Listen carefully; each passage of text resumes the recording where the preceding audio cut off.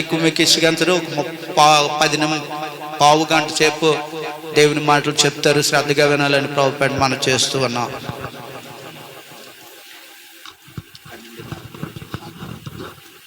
ప్రభు నామమున అందరికీ వందనాలు తెలియజేస్తున్నాను. ఎక్కడ 2-3 నా నామమున కొడితే వారి మధ్యలో ఉంటారని మన రక్షకున్న ప్రభునకు యేసుక్రీస్తు ప్రభు వారు వాగ్దానం చేశారు. నమ్మిన వారి దేవుని స్తోత్రం చెప్దామా.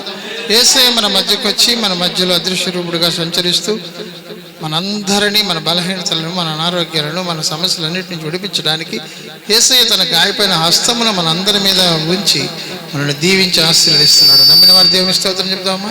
హల్లెలూయా. రెండోది అయ్యగారు స్టీవెన్ అయ్యగారికి వందనాలు, ఇంకో సేవకులకి అమ్మగారికి వందనాలు. మరి ముఖ్యంగా కొద్దిసేపు పావు గంట టైము, కానీ ఇది 1 గంట మెసేజ్. కానీ మరి ఆ పావు గంట సేపు మెసేజ్ పావు గంటలో చెప్పాలి కాబట్టి కొంచెం మనం త్వరగా చూద్దాము. ఇది చాలా ప్రాముఖ్యమైనటువంటి వాక్యము. ఏమిటంటే 1 సమూయేలు 18వ అధ్యాయం 4వ వచనము. ఇది చాలా చక్కని వాక్య భాగము. మరియు యోనాతాను తన దుప్పటిని, తన కత్తిని, తన విల్లును, నడికట్టును తీసి దావీదునకు ఇచ్చిన. దేవునికి స్తోత్రం. ఆ పైన ఏమని రాసిందో చూడండి ఒకసారి. ఆ పైన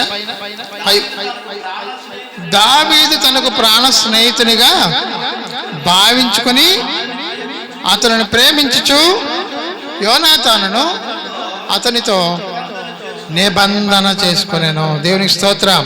ఇంకా పై వచ్చిన ఇంకా బాగుంటుంది. ఒక్కసారి చూడండి అమ్మా, పై వచ్చిన చూడండి. ఆ దినమున అతని తండ్రి ఇంటికి తిరిగి అతనిని వెళ్ళనీయక సౌలు అతనిని చేర్చుకొనేను. తర్వాత ఇంకా మంచి వాక్యం ఉంది అక్కడ. ఆ కింద నెక్స్ట్ వచ్చినమే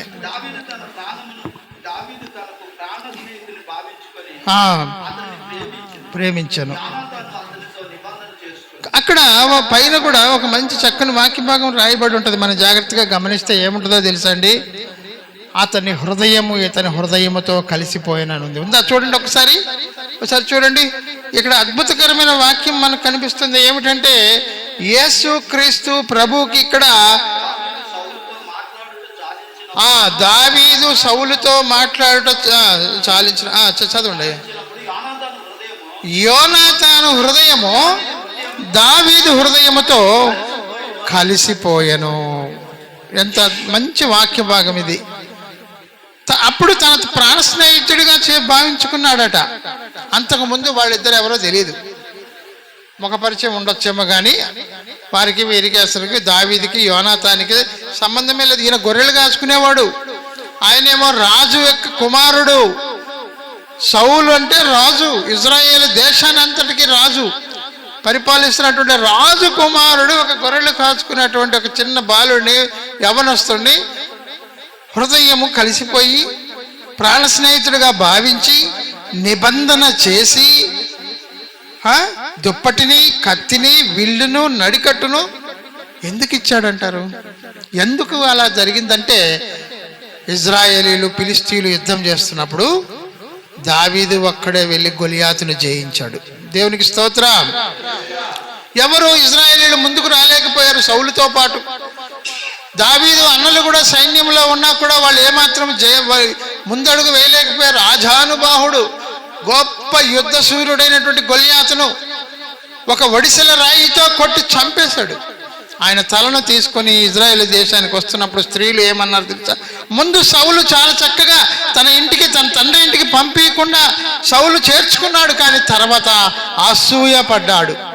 కింద ఉంటుంది వాక్య భాగంలో మనకు 7వ వచనంలో ఉంటుంది కదండి. ఆ స్త్రీలు గాన ప్రతిగానములు చేయొచ్చు, వాయించచ్చు. సౌలు వేల కొలదియో, దావీదు వేల కొలదియో శత్రువులను హతము చేసిననరే. చూడండి చివరి 9వ వచనంలో, కాబట్టి నాటి నుండి సౌలు దావీదు మీద విషపు చూపు నిలిపాను. ముందు బాగా ఉన్నాడు సౌలు రాజు దావీదు మీద, తర్వాత విషపు చూపులు చూచి ఆయన్ని చాలాసార్లు చంపాలనుకున్నాడు.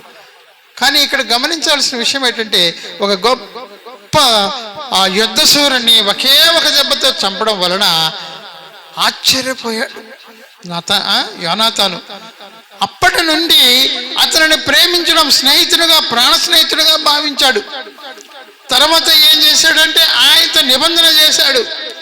ఆయన హృదయం ఈయన హృదయముతో కలిసిపోయిందట. దావీదంటే ఎవరో కాదు, నీవు నేనే, సంఘమే. అర్థమవుతుందండి? మీరు నేను మనమే ఆ దావీదు. తర్వాత యోనాతాన్ అంటే యేసు క్రీస్తు ప్రభుకు సాదృశ్యంగా ఇక్కడ మనం పోల్చుకోవచ్చు. దేవునికి స్తోత్రం.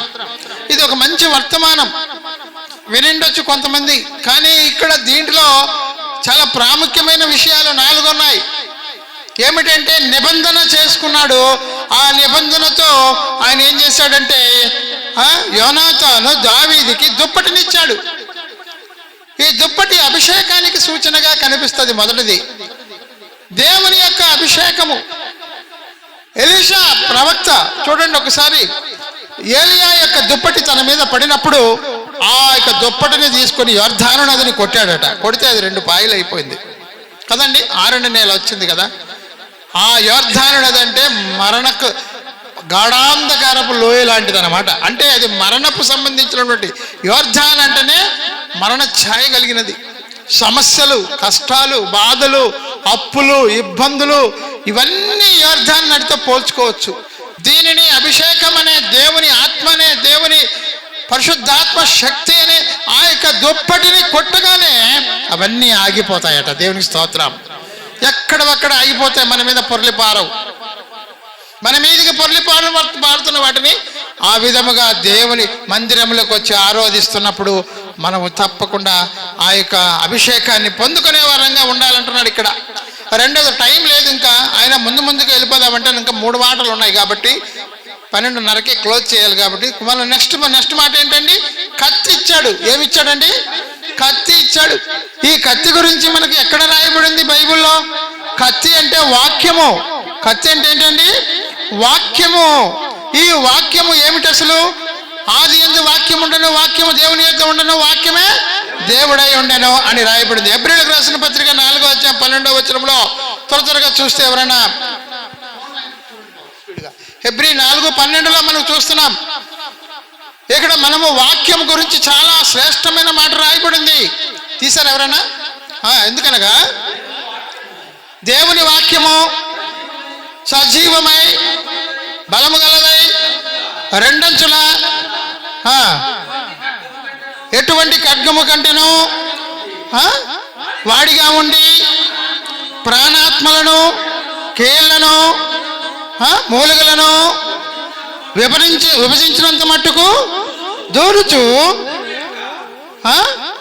హృదయము యొక్క తలంపులను, ఆలోచనలను శోధించుచున్నదే. దేవునికి స్తోత్ర. ఒక అద్భుతమైనటువంటి వాక్య భాగం మనకి ఇక్కడ కనిపిస్తుందండి. ఏమిటంటే వాక్యము గురించి చెప్పబడుతుంది ఇక్కడ. కత్తి అంటే ఇక్కడ దావీదుకి యోనాతాను ఇచ్చిన దానిట్లో మొదట దుప్పటి, తర్వాత కత్తి కదండి. కత్తి వాక్యములకు, ఖడ్గము వాక్యానికి సూచనగా మనం హెబ్రీయులకు మనకు ఇప్పుడే చూసాం మనం కదండి. ఒక వాక్య భాగాన్ని మనం చూసామా లేదా? హెబ్రీయులకు రాసిన పత్రిక 4వ అధ్యాయం 12వ వచనం. ఈ వాక్యము గురించి మనం ఇక్కడ చూస్తే వాక్యము ఏమి చేస్తుందో ఇక్కడ మనం చూస్తున్నాం. దేవుని వాక్యములో ఉన్న శక్తి, ఆత్మలను రక్షించే శక్తి గల వాక్యం అని ఉంది. చోట తెలివి లేని వారికి తెలివి ఇచ్చినదని రాయబడింది. పాదములకు దీపమని రాయబడింది. నడతను శుద్ధి చేస్తుందని రాయబడింది. పాపము చెయ్యనీదని రాయబడింది. బాధలో నెమ్మదినిస్తుందని రాయబడింది. అడుగులు స్థిరపరుస్తుందని రాయబడింది. మనుషుల హృదయమును వాక్యము ఏం చేస్తుందో తెలుసా అండి? మార్చుతుందనేసి వాక్యం గురించి రాయబడింది. దేవునికి స్తోత్రం. ఇంకా ఎన్నో వాక్య భాగాలు మనకు వాక్యం పోలికలు కనుక కనిపిస్తాయి. వాక్యం అంటే పాలు, వాక్యం అంటే తేనె, వాక్యం అంటే అగ్ని, వాక్యం అంటే అద్దము, వాక్యం అంటే సుత్తి, వాక్యం అంటే కత్తి, వాక్యం అంటే విత్తనము. శాశ్వతముకు జీవము గల దేవుని వాక్యం మూలముగా అక్షయ బీజము నుండి మనమంతా పుట్టింపబడిన వారు, జన్మించిన వారమని బైబిల్లో అనేకమైన పోలికలు మనకు కనిపిస్తున్నాయి. దేవునికి స్తోత్రం. కాబట్టి ఇక్కడ రెండవదిగా ఆయన ఖడ్గం ఇచ్చాడు. మూడవదిగా ఏమిచ్చాడు చూడండి, విల్లు. విల్లు అంటే ఏంటో తెలుసా అండి? వర్షం పడుతుంటే ఆకాశంలో ఏమొస్తుందమ్మా? అరివిల్లు కాదు, రెయిన్బో వస్తుంది. ఇంద్రధనుసు కదండి, హరివిల్లు. హరివిల్లు అంటారా? సారీ. ఎన్ని రంగులు ఉంటాయో తెలుసా దాంట్లో?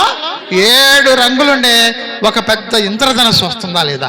నోవాహు కాలంలో దేవుడు జలప్రళయం వచ్చినప్పుడు ప్రజలందరూ నాశనం అయిపోతుంటే వారందరినీ ఇక దేవుడే పశ్చాత్తాపడి ఇక ఎవరిని నాశనము చేయను అనేసి తన విల్లును అక్కడ నిబంధనగా ఇచ్చినట్లుగా చూస్తున్నాం. దేవునికి స్తోత్రం. తర్వాత చూసి అది మనకు ఒక నిబంధనకు సూచనగా మనం ఇక్కడ చాలా జాగ్రత్తగా మనము ఆలోచించాల్సిన విషయం కనిపిస్తుంది ఇక్కడ కదండి. దేవుడు మనతో నిబంధన చేస్తున్నట్లుగా మనం చూస్తున్నాం. మనము నిజముగా ఎప్పుడో నాశనం అయిపోయేవారము. మన మీదకి వస్తున్నటువంటి అపాయాలు, ప్రమాదాలు, వాటి అన్నిటి నుంచి దేవుడు తప్పిస్తున్నాడు. జలప్రళయం రాకుండా, అంటే సమస్యలు వరదలా మన మీద పొర్లి పారకుండా దేవుడు అన్న. బాబు చెప్పండి, అది రెఫరెన్స్ ఆదికాండము 9వ అధ్యాయము 16వ వచనం. దేవుడు ఆ ధనస్సు మేఘములో ఉండను, భూమి మీద సమస్త జనులకును ప్రాణము గల ప్రతిదానికి మధ్యనున్న నిత్య నిబంధన దేవుడు చేశాడు. జ్ఞాపకము చేసుకుంటున్నాడట దేవుడు. దేవునికి స్తోత్రం. తర్వాత 4వదిగా చూస్తే ఇంకా ఇదంతా వర్ణిస్తే చాలా టైం పడుతుంది కనుక ఇక 4వదిగా దేవుడు ఏమి ఇచ్చాడు? యోనాతాను ఏమి ఇచ్చాడండి దావీదుకి? నడికట్టు. ఈ నడికట్టు అనేది చాలా ప్రాముఖ్యమైనది. అది మనసుకు సూచనగా ఉందంటారు కొందరు, కానీ వాస్తవానికి అయితే ఎఫెసీయులకు రాసిన పత్రికలో సత్యమను దట్టి. దేవునికి స్తోత్రం. ఇది చాలా పోలికలు ఉంటాయి. సామెతలు 3:31 అధ్యాయం 17వ వచనంలో ఒక వాక్య భాగం ఎవరైనా చదువుతారా? తర్వాత యోహాను సువార్త 21వ అధ్యాయం 16వ వచనం ఒకటి తీయండి. ఈ 2 వాక్యాలు కూడా దాన్ని పోల్చుకోవచ్చు మనం. సామెతలు 31వ అధ్యాయం 17వ వచనం ఎవరైనా తీసారా? 31:17వ వచనంలో టైం అయిపోయింది. ఆమె నడికట్టు చేత నడుము బలపరుచుకొని చేతులతో బలముగా పనిచేయను. దేవుని స్తోత్రం. ఈరోజు చాలా మంది స్త్రీలు ఏం చేస్తున్నారు తెలుసండి? నేను వంట చేయలేను, నేను చేయట్లేదు, ఇప్పుడే ప్రయాణం చేసి వచ్చాం కదా, అలసిపోయాను, లేకపోతే ఇల్లంతా పని చేయడం నా వల్ల కాదు అనేసి ఏం చేస్తున్నారండి? ఫ్లిప్కార్టు, అమెజాను కదండి, ఇవన్నీ వచ్చేసాయి, ఆర్డర్ పెట్టేస్తున్నారు. వాళ్ళు ఎలా చేస్తారో వాళ్ళకి తెలియదు. హాస్పిటల్ పాలైపోతున్నారు ప్రజలు, ఇంట్లో వాళ్ళు కదండి. కాబట్టి ఇక్కడ స్త్రీ మాత్రం దేవుడు చెప్పేది ఏంటంటే నడువు కట్టుకోవాలట, ఇంటి పనంతా చేయాలట. దేవునికి స్తోత్రం. అక్కడ మనం అది పోలికలా ఉంది.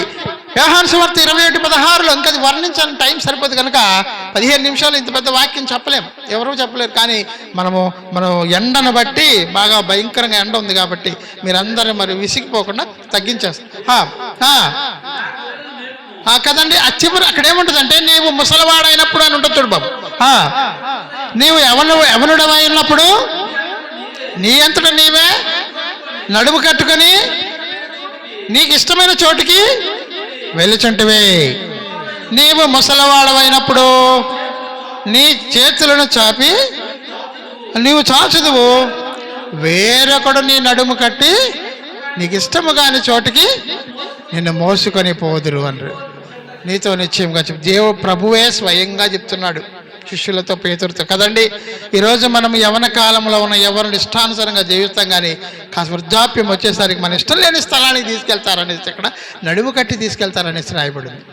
జాగ్రత్తగా ఈరోజు మనము నడుము కట్టుకోవలసినది దేనికో మనకు తెలియట్లేదు. దేవుని పని కొరకు నడుము కట్టుకోవాలా.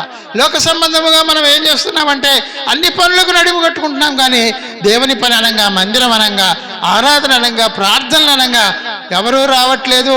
ఇక్కడ పరిచర్య చేయడానికి ఎవరు నడుము కట్టుకోవట్లేదు. దేవుని పనికి నడుము కట్టుకునే వారంగా మనం ఉండాలని ప్రభు ఈరోజు మనకు హెచ్చరిస్తున్నాడు.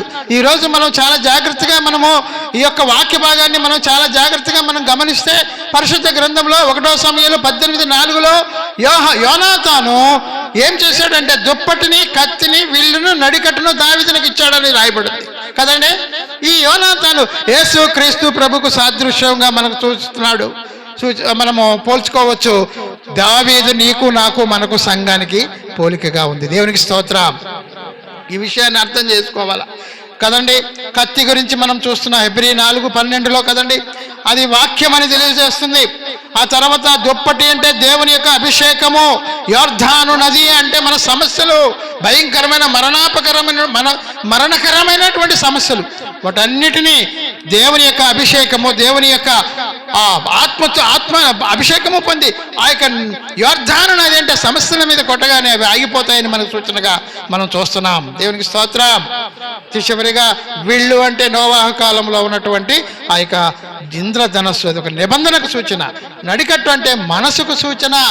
తర్వాత మనకి ఇష్టం లేనిది మనం చేస్తున్నాం, కానీ దేవునికి ఇష్టమైనట్టుగా మనం జీవించాలని ప్రభు కోరుతూ ఉన్నాడు. దేవునికి స్తోత్రం. ఇవన్నీ మనకు తెలుసు, కానీ ఒక విషయాన్ని మనం అర్థం చేసుకోవాలా. హోటల్కి వెళ్ళామనుకోండి, హోటల్కి వెళ్తే ఏం చేస్తాం మనము? హోటల్కి వెళ్ళి ఏం చేస్తామండి? ఓ ప్లేట్ ఇడ్లీ ఎండే ఉన్నాం అనుకోండి, ఆడు నాలుగైదు చట్నీలు వేసారనుకోండి, అబ్బో 4-5 చట్నీలు వస్తున్నాయి కదా, ఈ 4-5 చట్నీలు పార్సల్ చేయండి, నాకు ఇడ్లీ అక్కర్లేదంటే ఒప్పుకుంటాడా? లేదు. దానికి ఇది ఫ్రీ, అంతే కదండి, దానికి ఇవన్నీ ఫ్రీ. అలాగే మనము దేవుని వాక్యం ఎప్పుడైతే మనకు మన హృదయంలో, మన మనసులో, మన ప్రాణాత్మ శరీరాల్లో మనం నిలుపుకోగలుగుతామో దేవుడు అన్ని ఉచితంగా మనకు అనుగ్రహిస్తాడు. దేవుడు ఇచ్చే రక్షణ ఫ్రీ. దేవునికి స్తోత్రం. దేవుడి కొరకు జీవించాలనే నిర్ణయం తీసుకోవడమే ఆలస్యము. దేవుడు మనకు ఈవులన్నిటినీ ఇవ్వగలడు. మొదట నా నీతిని, నా రాజ్యమును వెతకమన్నాడు. దేవుడు ఈ మాటలు దీవించి ఆశీర్వదించును గాక. ఆమేన్.